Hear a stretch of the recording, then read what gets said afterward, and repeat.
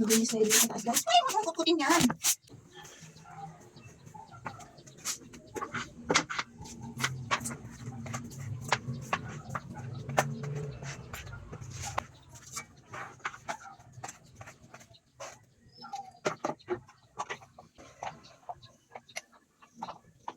Ganda ng araw naman.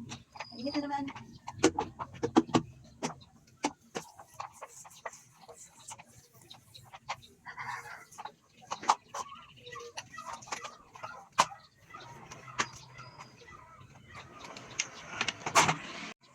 Ayan, kulay-green na naman yung mga dahon dito guys. Green na naman. Ayan na naman si Acacia, malapit na naman umabot sa aming alulod. Ayan, nakakasira sa aming alulod yung mga dahon na yan. Ayan, green na naman yung mga dahon nila. Kasi umuulan na naman. Ayan. Ang pusa ko talaga, sumasamahin din. Talaga naman, yan ang pinakutod niya. Yung project ni Giancarlo. Yun lang talaga, pag yan ang dahon na yan, ang dami naming walisin. Ayan o. Puro dahon ng Acacia yung aming kalsada. Malago na naman siya. Ang bilis niya tumubo. Ayan, kulay green na naman yan.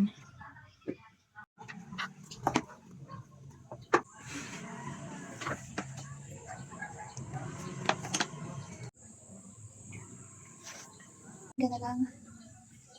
Magduduyan ka na lang dito. Tapos tingin-tingin ka sa mga dahon na kulay verde. Ayan, magre-relax. Kaso lang, marami tayong trabaho eh.